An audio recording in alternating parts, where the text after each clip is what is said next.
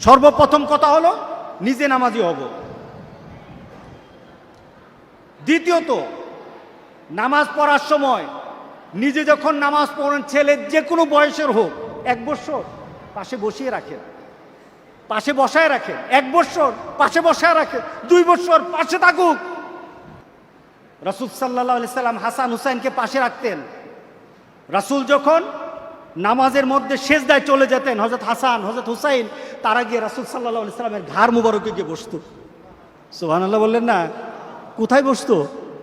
ঘাড়ে গিয়ে বসতো, পিঠে চড়তো। রাসূল সেজদায় পড়ে যেতেন, পিঠে বসে থাকতো। দেখা যেত রাসূল ইমাম, রাসূল সাল্লাল্লাহু আলাইহি সাল্লাম ইমাম, সেজদায় চলে গেছে।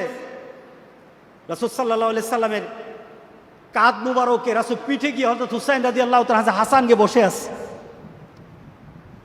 বসে আছেন পিঠের মধ্যে, যদি নড়ে পরে গেলে ব্যথা পেতে পারে। এর জন্য রাসূল সাল্লাল্লাহু আলাইহি সাল্লামের সেজদাও লম্বা হয়ে গেছে, সেজদা পর্যন্ত লম্বা করে ফেলতেন।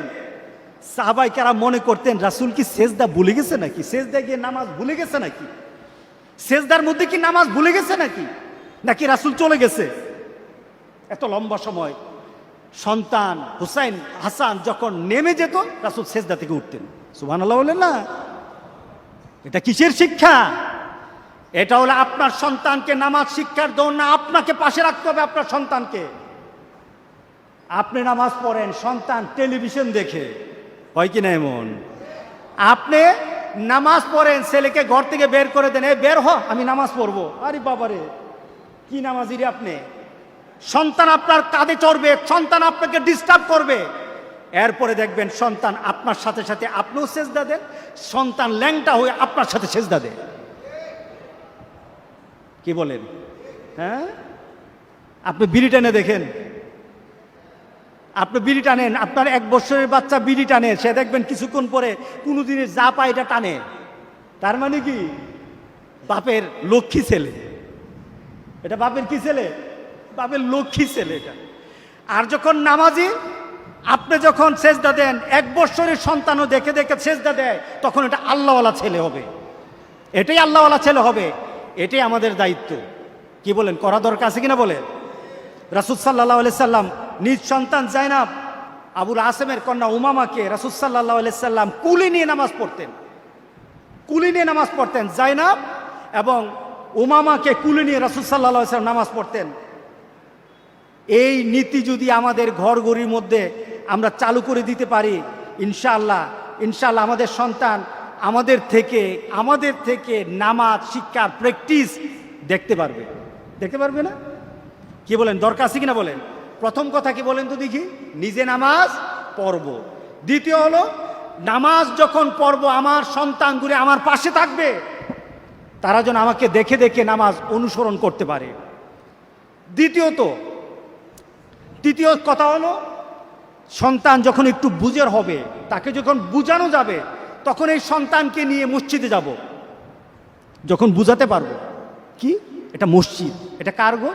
আল্লাহর ঘর, এখানে কথা বলবা না, আস্তে করে বসে থাকো, হ্যাঁ আমার সাথে নামাজ পড়ো, চুপ করে বসে থাকো, দুষ্টামি করো না। এই ছেলেগুলি যখন ব্রেইনে এই কথাগুলি ঢুকে যাবে, ঢুকার মতো বয়স হবে, ছেলেগুলি নিয়ে মসজিদে আসা। কে বলেছেন? মুহাম্মদ রাসূলুল্লাহ।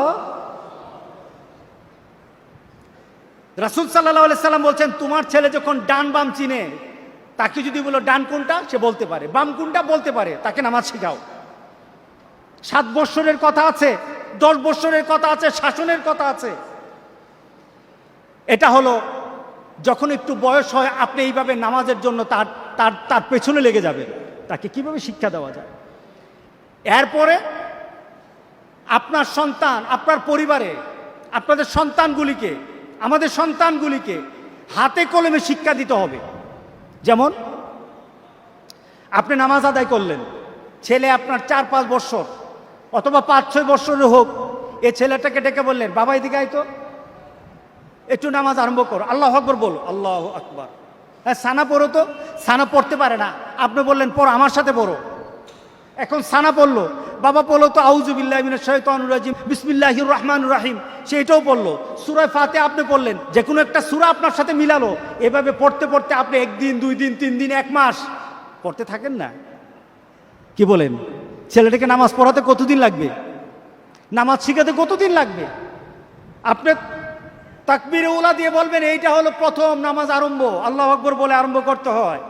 এরপরে সানা পরে তাকে শিক্ষা দিলেন, আপনি পড়বেন, সে পড়বে। এরপরে সূরা ফাতিহা, আপনি আউযুবিল্লাহ, বিসমিল্লাহ, সূরা ফাতিহা যে কোনো সূরা মিলে এরপরে তাকে আবার পড়াতে থাকলেন, সাথে সাথে রুকু দিলেন, তাসবিহ শিখালেন, রুকু থেকে উঠবেন, আবার তাকে দোয়া শিক্ষা দিলেন, আবার রুকু থেকে সেজদা যাবেন, তাসবিহ শিখাবেন, এরপর সেজদা থেকে উঠবেন। এইভাবে যখন নামাজগুলি তার মধ্যে চালু করে দিবেন, একদিন, 2 দিন, 3 দিন, 1 মাস, 2 মাস, এক সময় দেখা যাবে আপনার আর সহযোগিতা লাগে না, অটোমেটিক তার সব মুখস্থ হয়ে গেছে।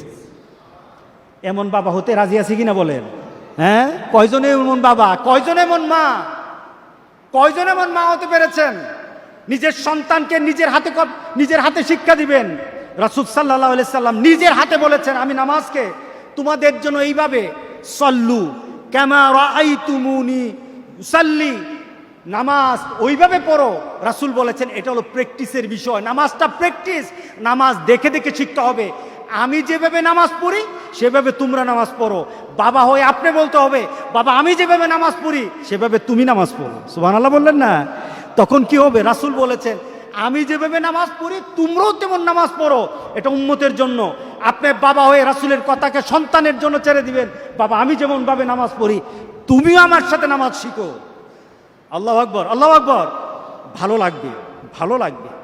এমনভাবে যখন সন্তানকে শিক্ষা দিবেন দেখবেন মনটা বড় হয়ে গেছে, আমার ছেলে নামাজি, আমার ছেলে চুল লাল করে না, আমার ছেলে রাস্তায় আড্ডা দেয় না, রাস্তায় আড্ডা দেয় না। আমার ছেলে যদি দিনদার হয় আমার কলিজা বড় হবে।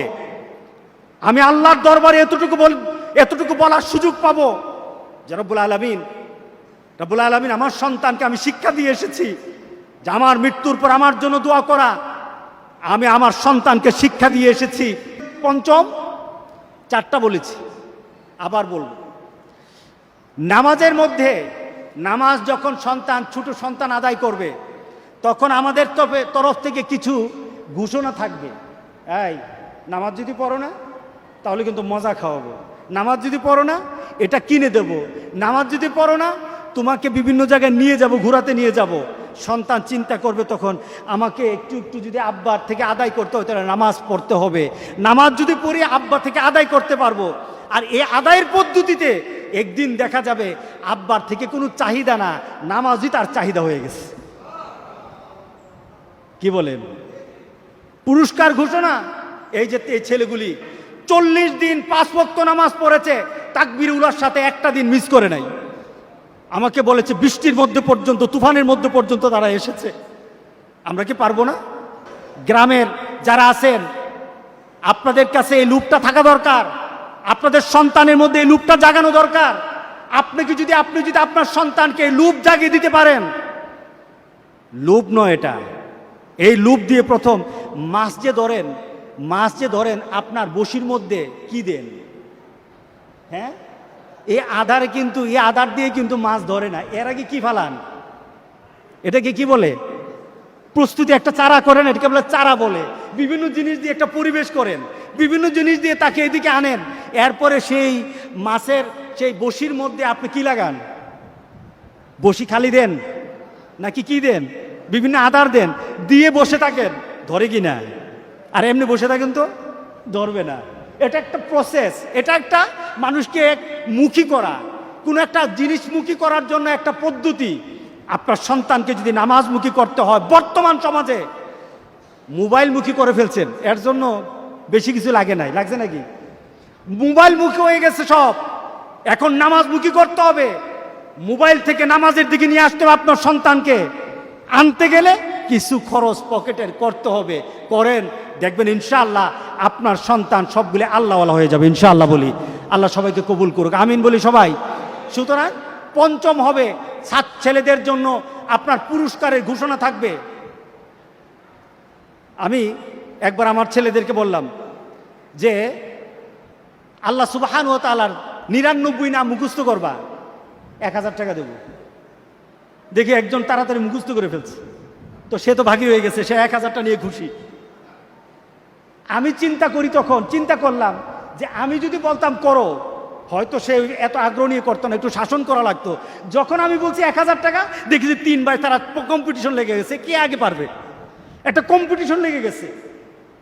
আমি তাকিয়ে তাকিয়ে দেখলাম যে আলহামদুলিল্লাহ, আল্লাহর 99 না মুখস্থ করার জন্য একটা ছোট্ট একটু ঘোষণা দিলাম, আমার ছেলেরা তো কম্পিটিশনে নেমে গেছে। এটাই তো করা দরকার, এটাই তো হওয়া দরকার, এটাই তো পরিবারে থাকা দরকার। নামাজ না পড়ে মরবো না, বেনামাজি হয়ে মরবো না। রাজি আছি সবাই? নিজেও না, পরিবারের সন্তানদেরকেও না। আপনার সন্তানের চুল যদি লাল হয় আজকে কেটে ফেলবেন। রাজি আছেন সবাই? আপনার সন্তানগুলি যদি নামাজ না পড়ে ধরে মসজিদে আনেন, ধরে মসজিদে নিয়ে আসেন, নামাজ পড়ান। মনে করছেন জানাজা দিয়ে বুঝি পার পেয়ে যাবেন? পার পাবেন না। সন্তানটাকে মসজিদে ঢুকান, ইনশাআল্লাহ আপনার সন্তানগুলি দেখে দেখে আপনি তৃপ্তি হয়ে যাবেন। আল্লাহ সুবহানাহু ওয়া তাআলা এই সন্তানের কারণে আপনাকে মাফ করে দেবেন। আমিন আমিন। আসসালামু আলাইকুম ওয়া রাহমাতুল্লাহি ওয়া বারাকাতুহু। Rose TV 24. Enjoy by listening to the Holy Quran.